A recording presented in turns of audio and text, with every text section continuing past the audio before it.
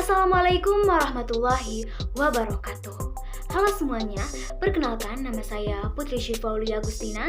Saya dari Prodi S1 Keperawatan. Nah, di sini saya akan menjelaskan istilah-istilah region anatomi sebagai pemenuhan tugas mata kuliah Ilmu Dasar Keperawatan 1, dosen pengampu Ibu Arfatul Makiyah, Sarjana Pendidikan Magister Kesehatan. Nah, pada penasaran kan gimana sih penjelasannya, gimana sih materinya? Yuk, langsung saja kita simak materinya.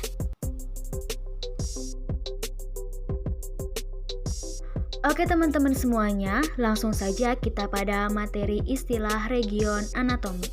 Sebelum kita pada istilah region anatomi, kita harus mengetahui terlebih dahulu posisi anatomi yang sempurna.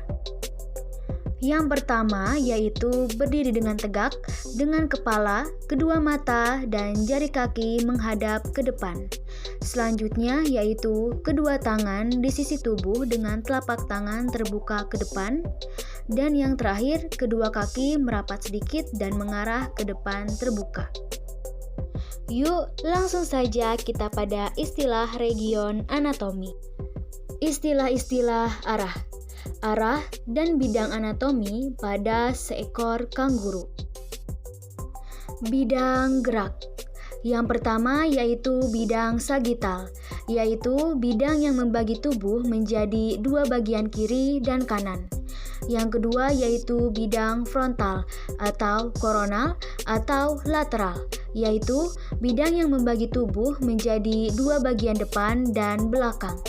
Yang ketiga bidang transversal atau horizontal, yaitu bidang yang membagi tubuh menjadi bagian atas dan bawah. Sumbu gerak. Yang pertama yaitu sumbu frontal horizontal atau lateral atau transversal, berjalan horizontal dari samping ke samping dan tegak lurus pada bidang sagital. Sumbu sagital horizontal atau antero-posterior, berjalan horizontal dari depan ke belakang dan tegak lurus pada bidang frontal. Dan yang terakhir yaitu sumbu vertikal atau longitudinal, berjalan dari atas ke bawah dan tegak lurus pada bagian horizontal. Arah dan bidang anatomi. Yang pertama yaitu superior, yaitu atas atau kranial, lebih dekat pada kepala, contoh mulut terletak superior terhadap dagu. Yang kedua, inferior, yaitu bawah atau kaudal, lebih dekat pada kaki, contoh pusar terletak inferior terhadap payudara. Yang ketiga, anterior atau depan, lebih dekat ke depan, contoh lambung terletak anterior terhadap limpa. Selanjutnya yaitu posterior, yaitu belakang, lebih dekat ke belakang, contoh jantung terletak posterior terhadap tulang rusuk. Selanjutnya superficial, lebih dekat di permukaan, contoh otot kaki terletak superficial dari tulangnya. Selanjutnya yaitu profunda, lebih jauh dari permukaan, contoh tulang hasta dan pengumpil terletak lebih profunda dari otot lengan bawah. Selanjutnya medial, yaitu dalam, lebih dekat ke dalam median, contoh jari manis terletak medial terhadap jari jempol. Selanjutnya yaitu lateral, yaitu luar, menjauhi bidang median, contoh telinga terletak lateral terhadap mata. Selanjutnya proksimal, yaitu atas, lebih dekat dengan batang tubuh atau pangkal, contoh siku terletak proksimal terhadap telapak tangan. Selanjutnya yaitu distal, yaitu bawah, lebih jauh dari batang tubuh atau pangkal, contoh pergelangan tangan terletak distal terhadap siku. Pergerakan. Yang pertama yaitu fleksi dan ekstensi. Fleksi adalah gerak menekuk atau membengkokkan.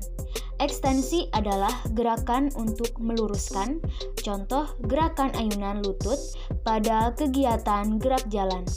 Gerakan ayunan ke depan merupakan Fleksi dan ayunan ke belakang disebut retrofleksi atau ekstensi. Ayunan ke belakang lebih lanjut disebut hiperekstensi. Yang kedua, adduksi dan abduksi. Adduksi adalah gerakan mendekati tubuh. Abduksi adalah gerakan menjauhi tubuh. Contoh, gerakan membuka tungkai kaki pada posisi istirahat di tempat merupakan gerakan abduksi atau menjauhi tubuh. Bila kaki digerakkan kembali ke posisi siap merupakan gerakan adduksi atau mendekati tubuh. Yang ketiga, elevasi dan depresi. Elevasi merupakan gerakan mengangkat, depresi adalah gerakan menurunkan. Contohnya, gerakan membuka mulut yaitu elevasi dan menutupnya depresi, juga gerakan pundak ke atas elevasi dan ke bawah depresi. Selanjutnya yaitu inversi dan eversi. Inversi adalah gerak memiringkan telapak kaki ke dalam tubuh.